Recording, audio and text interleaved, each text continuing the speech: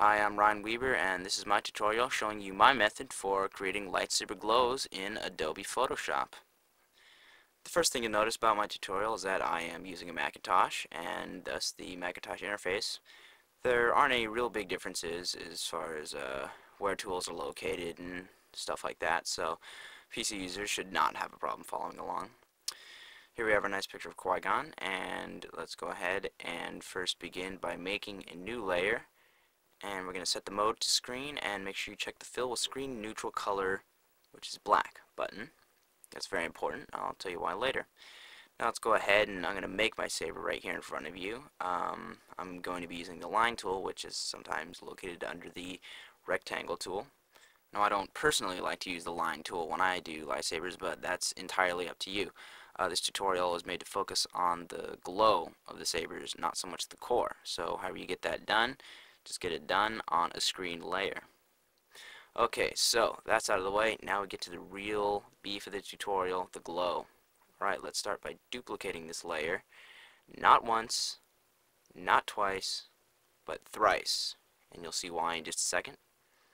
Now let's go ahead and select the first layer, and we're going to give it a Gaussian blur of 10, which, if you were an astute observer, you would have noticed was the width of the lightsaber that I made when I used the line tool. Now, that's a good rule of thumb to go by. It's not at all required. It's just a guideline that you can deviate from. And now we're going to go to the second layer and give that a Gaussian blur that is twice as much as the first layer, in this case 20. Go ahead, OK that.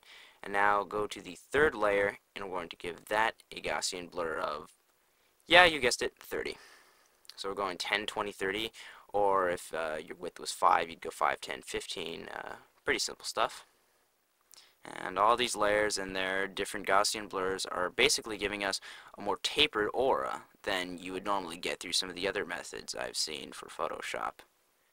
Now we have to merge all these layers together. So you can go ahead and grab the top layer and go Layer, Merge Down. Or you could go ahead and on the Mac use Command E, or on the PC Control E.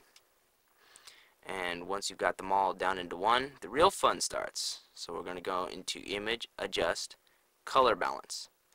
Now basically what you're going to do is you're going to go ahead and punch up the midtones and the highlights for the color that you want the saber to end up. Now this is why it was important that all these layers are made in the screen mode, because without that, this will not work for some reason. I go ahead and make sure the Preserve Luminosity is checked. Without it, you get some weird results. Now Qui-Gon's saber is green, so we go right ahead and punch up the green levels for midtones and go into highlights, and you'll notice something interesting happens when we push the green levels all the way up to the maximum. It seems to get a little too bright, interestingly enough, so I usually back it off to 75 or 50 depending on the shot. In this case, let's just go with 75. Go ahead and OK that. Flatten the image, and boom, you've got one sweet looking lightsaber in my opinion. Some of the cool stuff that I think this method does well that others can't quite seem to do is that there is a very gradual fade of luminance radiating out from the core of the saber, and I think that's very, very necessary. In real life, when you film something bright, it spills out into the rest of the scene. It doesn't just go out and then drop off immediately surrounding the object. It's a very gradual process, which is what we see here. Another thing is that you get a much fuller range of color with this method, and you get lighter shades of green towards the middle of the core, and then as it fades out you get darker shades, and as it becomes more and more transparent, it's much richer. I think it's quite a bit nicer looking. Well, that about wraps it up. I hope you've enjoyed this little tutorial, and I hope you choose to use my method or a variation of it, and that you get better results. So now you know my secret. Get out there and kick some butt. Have fun.